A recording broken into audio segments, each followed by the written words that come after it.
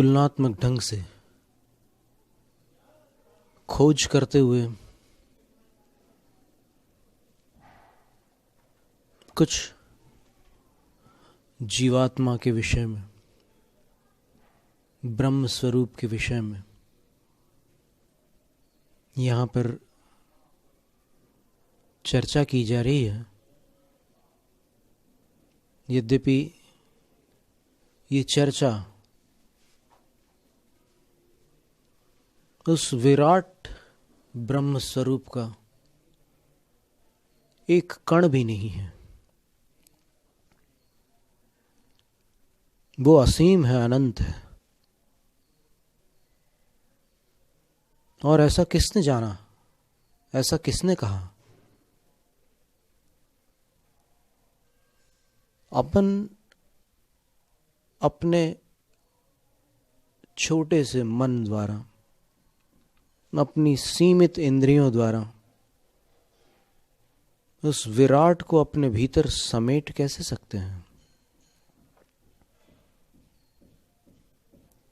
फिर भी आत्मज्ञान की, ब्रह्म तत्व की चर्चा करते हैं तो कोई ना कोई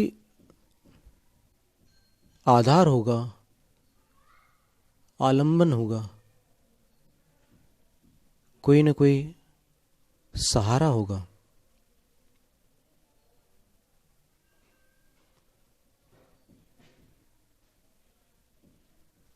तो फिर अपन उस अतीत में जाकर के देखते हैं।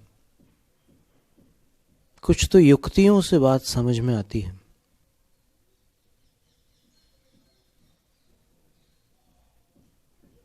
जैसे गणित में और विज्ञान में, ऐसा हो तो वैसा हो, ऐसा न हो तो वैसा न हो। जैनाचार्यों ने इसको अन्यथा नुपपत्ति,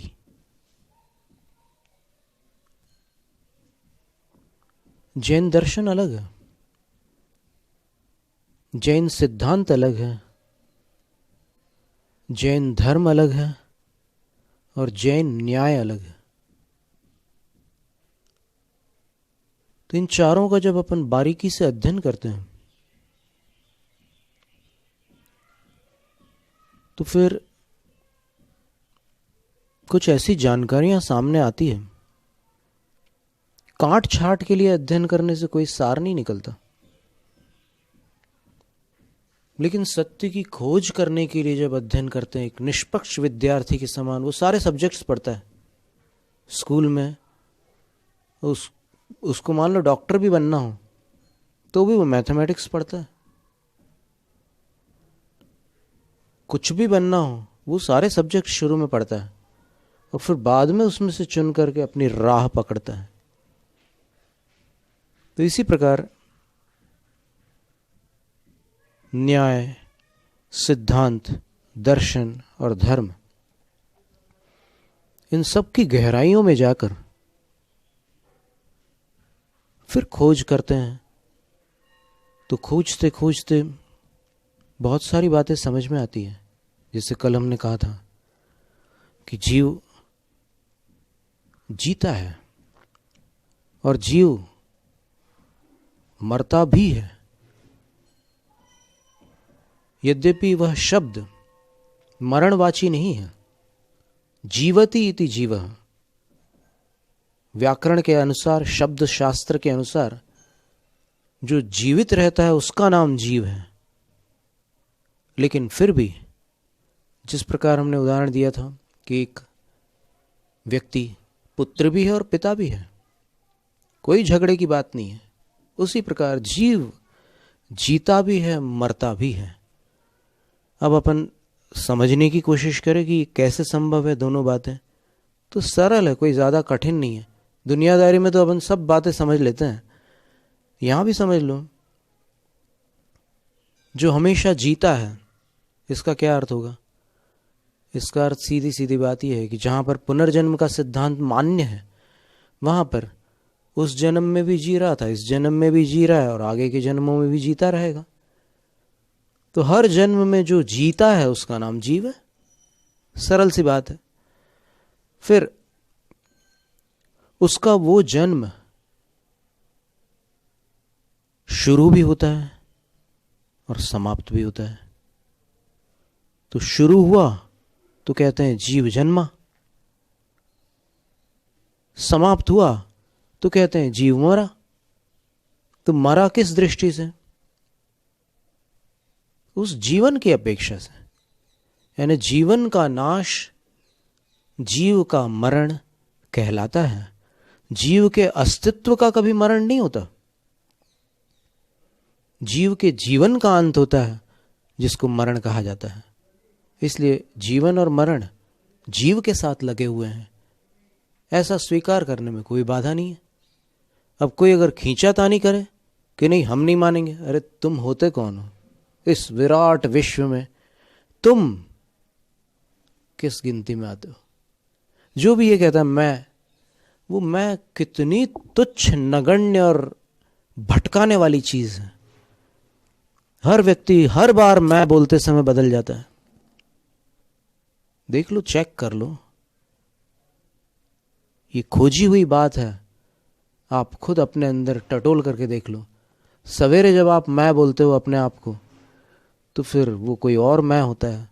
और शाम को जब आप मैं बोलते हो तो दिन भर के परिश्रम को जोड़ा हुआ मैं होता है। आए समझ में? भोजन के पहले जब आप मैं बोलते हो तो वो भूखा मैं होता है, और खाने के बाद भरे पेट वाला मैं हो जाता है। नहाने के पहले बगैर नहाया हुआ मैं होता है, नहाने के बाद नहाया हुआ हो जाता है। एक कलर पहनने के बाद उस कलर वाला मैं होता है, बदलने के बाद बदला हुआ मैं होता है। भाई नहीं था तब तक के वो मैं बगैर भाई वाला मैं था। भाई जन्म गया तो फिर भाई वाला मैं बन गया। इसी का नाम संसार का नाटक है। ये इतना विशाल नाटक है कि जन्म जन्मांतरों में यही नाटक चला आ रहा है। इस संसार के रंगमंच पर पात्र बदलते रहते हैं, नाटक वही चलता है। पात्र बदलने का मतलब अनेक जीवों की दृष्टि से देखो तो भी वो अलग अलग रोल कर लेते हैं, और एक जीव को देखो तो भी। एक जीव इस जन्म में अपना शत्रु है और किसी जन्म में अपना मित्र बन जाता है। कभी कभी इसी जन्म में जो शत्रु होता है वो मित्र बन जाता है और मित्र शत्रु बन जाता है। जिसके लिए जान लुटाते थे उसकी जान के प्यासे बन जाते हैं इसी जन्म में। तो ये जो चल रहा है भ्रमण, परिभ्रमण, कहीं ना कहीं अपने विश्वास में, कहीं ना कहीं अपनी धारणा में, कहीं ना कहीं अपनी मान्यता में कोई बहुत बड़ा भ्रम है, जिस भ्रम के कारण सत्य से अपरिचित होकर अपन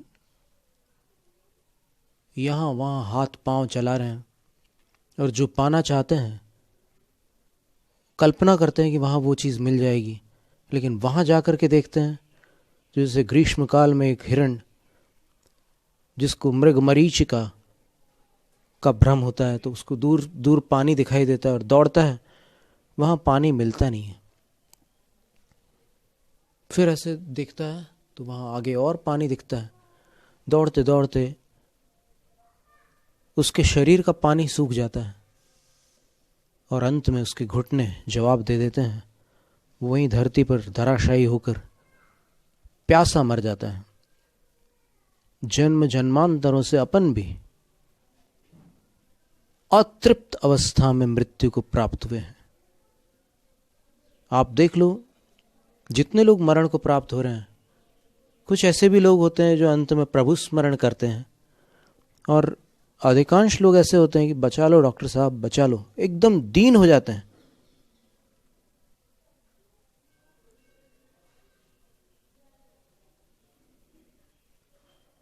कोई बहुत बड़ा धनवान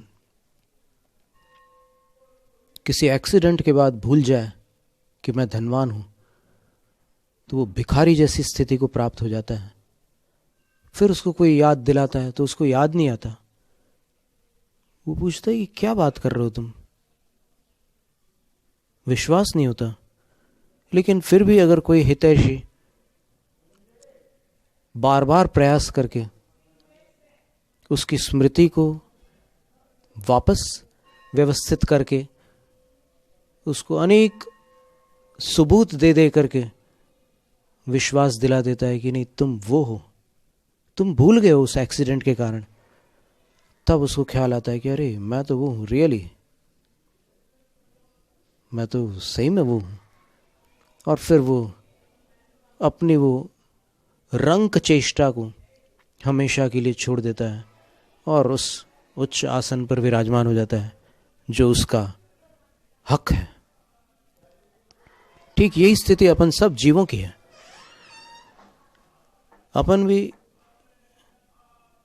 अनजान है अपने आप से, और अपने आप को न जानकर अपन कुछ और समझकर अपन जो नहीं है वो समझकर अपने आप को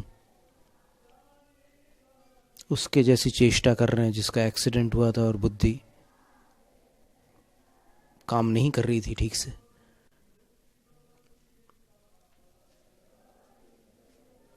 तो कल जैसे हमने एक संस्कृत काव्य को लेकर समयसार कलश का 34वां कलश लेकर यहां पर एक बात रखी थी कि 1000 वर्ष पूर्व एक आचार्य कह रहे हैं, विरम किमपरेणा कार्य कोलाहलेन स्वयमपि निवृतः सन् पश्यन्मासमेकम् हृदय सरसि पुंसः पुद्गलाद् भिन्न धाम्नो ननु किमनुपलब्धिर् भाति किंचोपलब्धिः। हे प्राणी रुक जा। लोट लकार मध्यम पुरुष एक वचन आदेश दे रहे हैं, रुक, स्टॉप। ये शायद मिलिट्री से भी स्ट्रांग है, सशक्त आदेश है। एकदम रुकता है कोई, क्या हो गया? आचार्य कहते हैं, अपरेण अकार्य कोलाहलेन किम। ये जो दूसरे बेकार के कामों का कोलाहल तूने मचा रखा है, तू जो कुछ भी कर रहा है वो व्यर्थ का कोलाहल है, उससे क्या मिलने वाला है तुझे? एकदम झटका लगता है उसको। हो सकता है कि लाखों करोड़ों का ट्रांजैक्शंस चल रहा है उसका उस समय, और उस समय वो आवाज आती है एक ब्रह्म ज्ञानी की कि रुक जा, इससे क्या होने वाला है तुझे? अभी एक श्वास बाहर गई और अंदर नहीं आई तो क्या कर लेगा? तेरे हस्ताक्षर किसी काम के नहीं है। मरण काल में एक सुई भी साथ में नहीं जाती। सुई तो छोड़ो, जो जन्म से साथ में था वो शरीर भी छूट जाता है। क्या कर लेगा?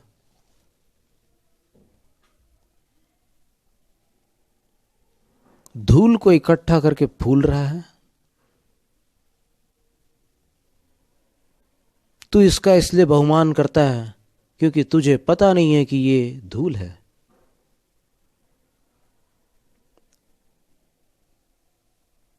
इसको इकट्ठा करने वाले, इस धूल को अपने ऊपर लगाने वाले अक्सर भूल जाते हैं क्योंकि इस धूल में कुछ नशीलापन है।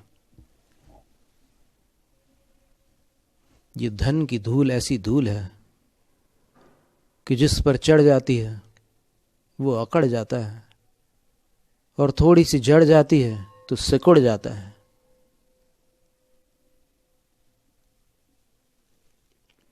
रुक, इस व्यर्थ के कार्य से तुझे क्या मिलेगा?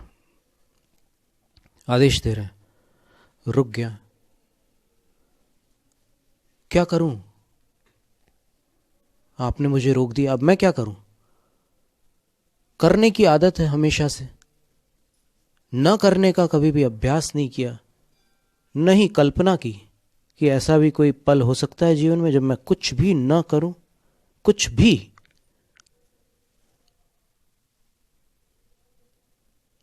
तो कहते हैं स्वयं अपनी निभृतः सन् पश्य षण्मासमेकम्, आत्मनिर्भर होकर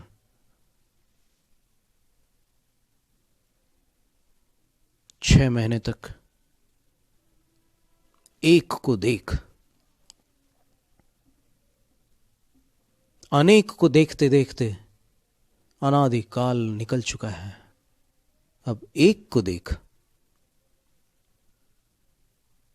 महावीर भगवान ने कहा था, जो एगम जाना दी सो सबवम जान दी। जो एक को जानता है वो सब को जान लेता है।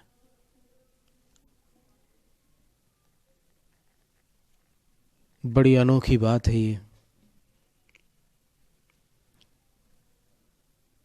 हो सकता है कुछ लोगों को गले उतर जाए, पर इतनी अनूठी बात है ये कि अगर किसी ने ये काम कर लिया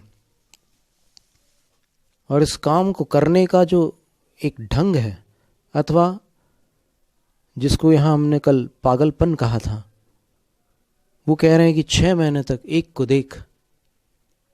हमने उसको अपनी भाषा में कहा कि तू अनादिकाल से अनेक के पीछे पागल बना रहा, अब एक का पागल बन जा तो वो पागलपन हमेशा के लिए खत्म हो जाएगा।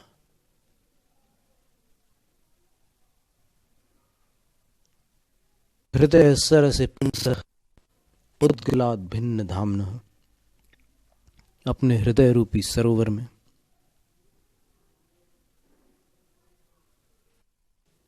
जड़ वस्तुओं के प्रकाश से भिन्न है जिसका प्रकाश, ऐसे चित प्रकाश का,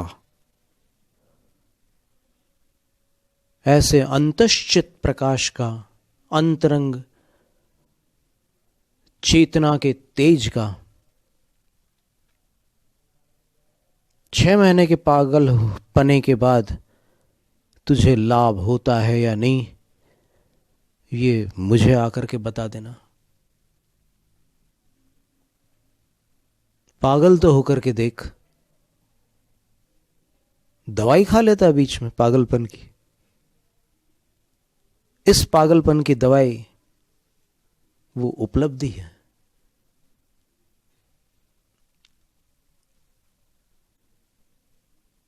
हर पागलपन समाप्त हो जाएगा, वो पिछला भी और ये वाला भी।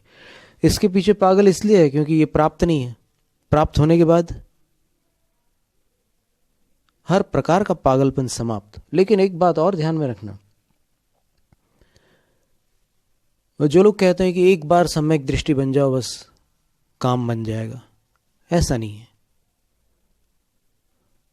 प्राचीन ऋषियों ने, पूर्वाचार्यों ने कहा है कि सम्यक दृष्टि बनने के बाद भी अगर फिसल जाओगे तो वापस जहां के तहां हो।